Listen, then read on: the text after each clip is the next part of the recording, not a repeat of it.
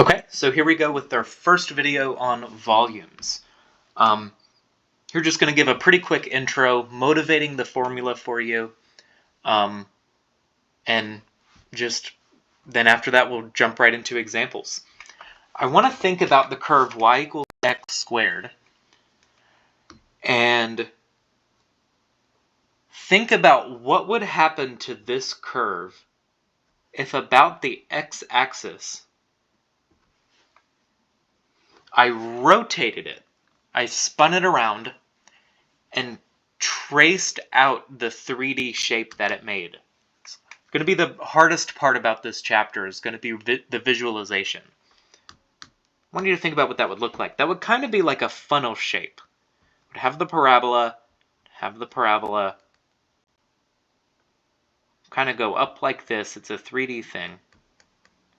I'm taking this piece from 0 to 1, and I'm rotating it around the x-axis. That's going to trace out some shape, and that shape is going to look something like this. Say I want to find the volume of a shape like that. Most shapes, 3D shapes you'll encounter, are rotations of common functions that you know. So how would I find the volume of that? Well, I want to return to this common theme of what an integral does. An integral calculates something by splitting it up into infinitely many pieces that are infinitely small and then adding them all up. So let's see if we can make peace with that for a moment. So I'm actually going to draw out the graph.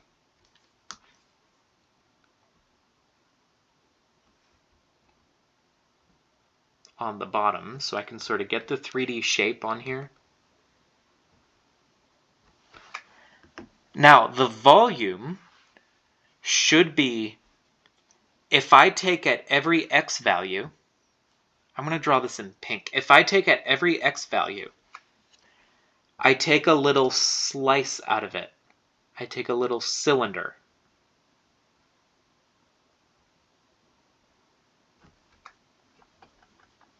So like if I stand up the funnel on its head, that would be like slicing it over here and taking like a circle thing up here. The volume would be the integral from 0 to 1, because I'm adding up all of the things from 0 to 1, of each of these areas.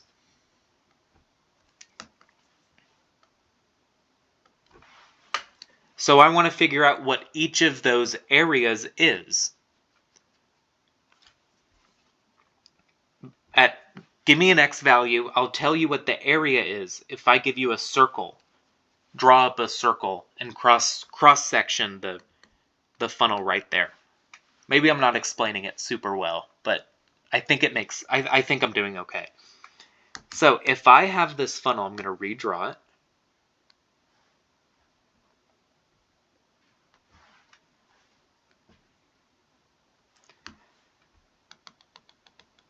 Here's y equals x squared as the top. If I give you x equals 1/2, and I wanted you to find the area of this circle, well, what's the area of that circle? It's just pi r squared. Of this circle is pi r squared. Well, what's the radius of that circle? The radius is, I'm going to zoom in here, it's here, which is the function at x squared. That's the y-coordinate. That's this length. It's this length. So it's pi times 1/2 squared.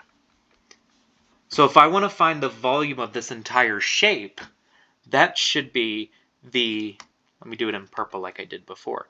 That should be taking all of these areas at every point between 0 and 1, thinking about having them width dx, which width infinitely small, so they're basically an area. What is the width of each of these? It's pi times the function squared. And I do that function at every x value between 0 and 1, and I add them. That's what an integral is. So this right here is the big formula we're going to use. One more will prop up later, but that will come in the examples. Hope that helped.